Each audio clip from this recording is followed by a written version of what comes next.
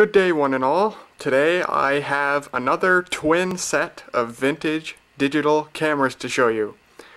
These are two Sony Mavica digital cameras from 1999. This is the model MVC-FD83 and this one is the model MVC-FD88. These two cameras were marketed at the same time. They're part of the same generation, same lineup of cameras. The FD83 was the mid-size model in the lineup. It takes 1.1 megapixel images, and the FD88 was the high-end model in the lineup. It takes 1.3 megapixel images. The FD83 sat above the FD73, which was a VGA resolution model, and the FD88 sat just below the prosumer level FD91. The Sony Mavica series of digital cameras were introduced in 1997, and they were the first really popular digital cameras. They were the first digital cameras to be accepted and adopted by the masses. And the reason they were so popular is because of their storage medium. These store their photos not on memory cards or on internal memory, but a floppy disk. These have a 3.5-inch floppy drive just like that found in a computer, and they store their images on a floppy disk, and this made them extremely popular because at the time flash memory was extremely expensive. Floppy disks were cheap enough that you could buy as many as you needed to fit all the photos you wanted in a single photo shoot. And it also made it extremely easy to get the photos onto your computer. You didn't have to install any drivers or software. These cameras don't even have computer connectivity built in. You just took the floppy disk out and stuck it on your computer, and there were your photos. They were standard JPEG images that could be read using any Windows or Mac computer. I'm lumping these two cameras together in this one video because aside from the resolution and one or two other differences, these cameras are completely identical. All the features are identical, all the menu settings and everything are totally identical, and they're almost physically identical. So we'll use the FD83 here since it's in a slightly nicer condition. Both of these cameras work absolutely perfect, by the way. They're both in beautiful condition. The FD83 is a bit more complete with the stickers and stuff, so we'll use this to give a physical overview. So the FD83, it was the first Mavica to take megapixel sized images, but there's a huge asterisk there. If you look right here, it says interpolated. It also says interpolated here. This camera actually only has an XGA resolution CCD, 1024 by 768, and the images are artificially stretched out to approximately 1.1 megapixels in resolution. Today that may seem really odd, perhaps even untruthful, but it was actually quite common at the time to do this. I would say up until the mid, if not even late 2000s, resolution sold a digital camera more than anything else. And digital camera manufacturers, especially back in the early days when these cameras were made, the top thing they competed for was how large of images their cameras could take. And it wasn't too uncommon to build a digital camera around a CCD of a particular size and then through software artificially stretch out the images to a larger size within the camera.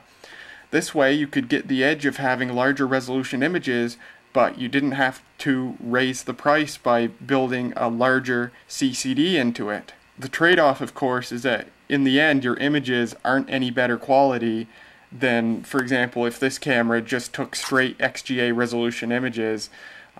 Stretching them out to 1 megapixel doesn't actually make them look better. They look bigger, but when you zoom in so you can see it pixel per pixel, it's quite evident that there's no actual higher resolution than if it took standard XGA images.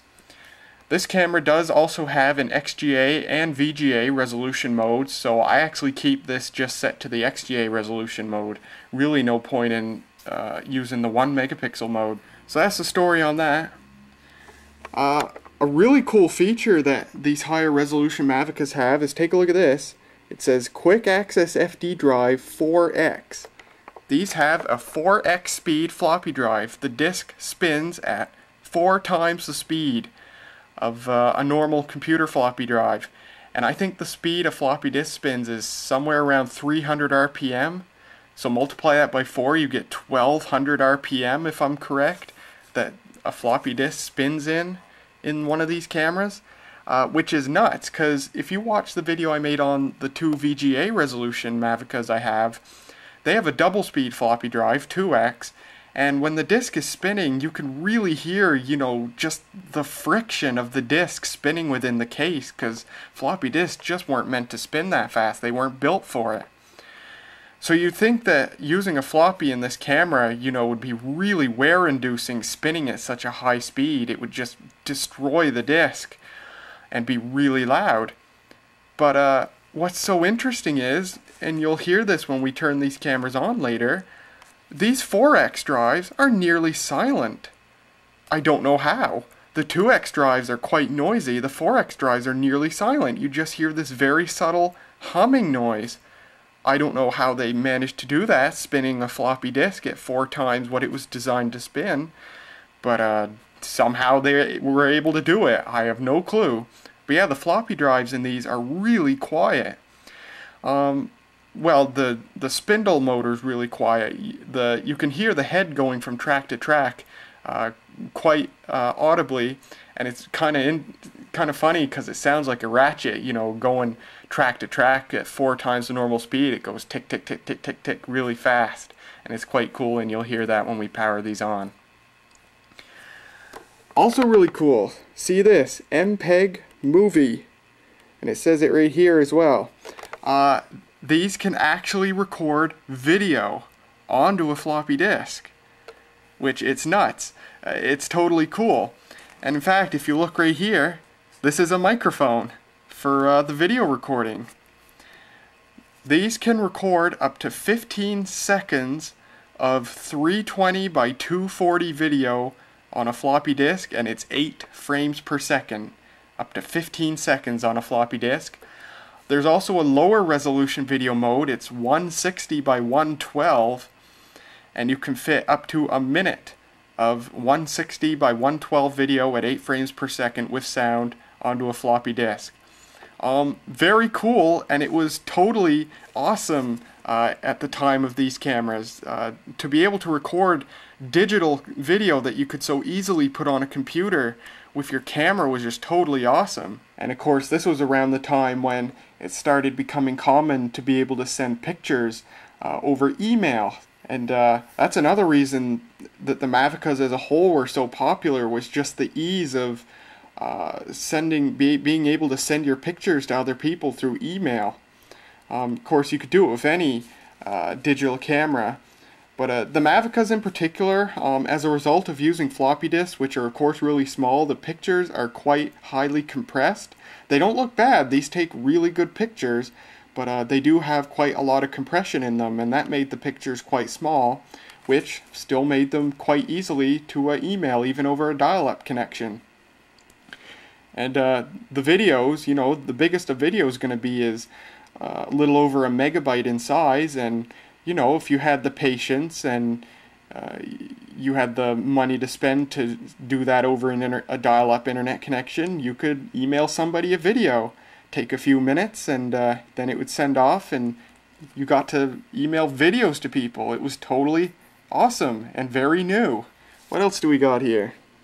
Precision Digital 6x Zoom. This has a 3x optical zoom, 6x digital, and you can see right here, this is one of the differences between these two cameras. This has a 3x optical zoom. This one has an 8x optical zoom, and if you look here, the lens housing is quite a bit thicker than on the FD83 to house that larger zoom. And of course the FD88 has digital as well, 16x. Something interesting you'll notice, and I think these are the only two Mavicas that have this. If you look at the flash here, maybe turn my video light on, it might help. The The flash is tinted yellow on both of these cameras, and I do believe that's how they came from the factory, because I've never seen a picture of one of these that didn't have a yellow flash. I can only assume that due to the design of the camera or something, they had to do this so that the flash output was the right color, to so the color of the pictures you took with the flash on weren't overly blue or whatever. And when you do take pictures with the flash, you can visibly see it's very yellow in color. Very interesting, quite odd, but that's the way it was. This is a sensor for something, I don't know what. Possibly focus maybe. And this is a little red LED. It lights up when you're taking video. It lights up when you have the self timer set. Shutter button, it's a two-stage button like any digital camera. More stickers. AV out. If you look right here, we have an AV out, so you could connect this to a television set and show your pictures to people on your TV. Oh, the focus, you can manually focus it, and this is an electronic focus ring right here. Both these cameras have it. FD Drive 4X. It's got stamina, up to 1200 shots or 2 hours of battery life, and that's with the optional high capacity NP F550 batteries and flash off. Both these cameras take a Sony Lithium L series battery, just like my high 8 camcorder which I'm filming this with. Got two posts, one here and one here, which you can attach a neck strap to. If we look at the bottom, made in Japan. There's the battery door. There's where your battery goes. If we look around the back, more stickers. Same stuff. Here's the LCD display. The Mavica cameras had huge LCDs for the time. Other digital camera manufacturers, if they had an LCD display at all, a lot of the earliest ones didn't. They were generally quite small. These had big LCD displays. They were just carried over from the handy cams, and that was a big plus for these. These were expensive digital cameras. These were some of the most expensive digital cameras of the time. In fact, critics often berated them for how expensive they were because of their use of such an archaic storage medium, but nonetheless, they were extremely popular because of that storage medium. Here's your zoom control. It's a standard variable speed zoom, just like a handy cam. These have a lot of features carried over from handy cams. There's your power switch. And the LCD display actually has this little window up top. What's this for? Well, you can actually turn the backlight off. Here's the switch for it right here. And when you're outside, you can let sunlight shine through this and it lights up the LCD. Now in the video I made of the VGA Mavicas, I praised this and I showed how when I held the camera up to a light bulb as an example, you could clearly see the display. Well, unfortunately, I've since found out that's quite literally the only situation in which it works well. I've actually taken a couple of my Mavicas outside and it doesn't really work. You know, on a clear day, bright sunlight, middle of the day, the sun gets in here, but sun also hits the LCD here, and this LCD wasn't meant to have sunlight shining on it, and you know, enough light shines on this to such an extent that you still can't really see anything, even though sunlight's also shining through here and lighting it up. So it doesn't actually work that well, but it's the thought that counts. LCD brightness control, volume control. So you can of course view your photos on this, and you can also view and play back your videos. And there's a little speaker right here carried over from a handy cam, so you can play back your videos. Very nice. Flash control, you can force the flash on or off or let the camera take care of it. Unfortunately, it is not an intelligent flash. Sony called it an intelligent flash in their advertising for these. It is not. You get to select in software from 3 different flash levels, low, medium, or high, and that's it. Whatever you select, that's how intense the flash is, and the camera cannot adjust it automatically depending on the brightness of the setting. So not really an intelligent flash, and it's too bad. These particular Mavicas, I think pretty much all the Mavicas from before 2000 They all have a perpetual problem of overexposure when you use the flash. Even when the flash is set to low, you have to be a really good distance away so as to not overexpose your image. It's just one of the quirks these had. They were fixed on the 2000 model Mavicas and beyond. Another problem the pre-2000 Mavicas have is the pictures these take have kind of a greenish tint to them. I showed this on the other video. The pictures from the FD71 were quite greenish, while the pictures from the FD75, which is a 2001 model, had great color. So it seems to be a problem on all the pre-2000 Mavicas. What else do we got? Picture effect. We have a small selection of effects to choose from: black and white, sepia tone, solarize, all those. Program AE, your usual stuff like beach and snow and sports and portrait and all that sort of stuff. You can turn the display indicators on and off. You have a four-way joypad and it presses inward for selection. That's for navigating the menus and navigating your pictures in the playback mode. This switch switches between the playback mode, the still image mode, and the movie recording mode. And this ejects your floppy disk.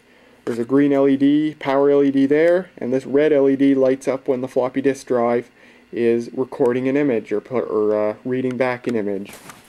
I have a floppy in this, we can eject. And there's your floppy disk. eBay. My mother gave me a slew of her old 3.5-inch floppies recently. So I now have almost 100 3.5-inch floppy disks, good working disks. I think I have around 85 or 90 of them, so I'm set for life pretty much. And 40 of them are brand new in the box, shrink wrap still, so that's awesome.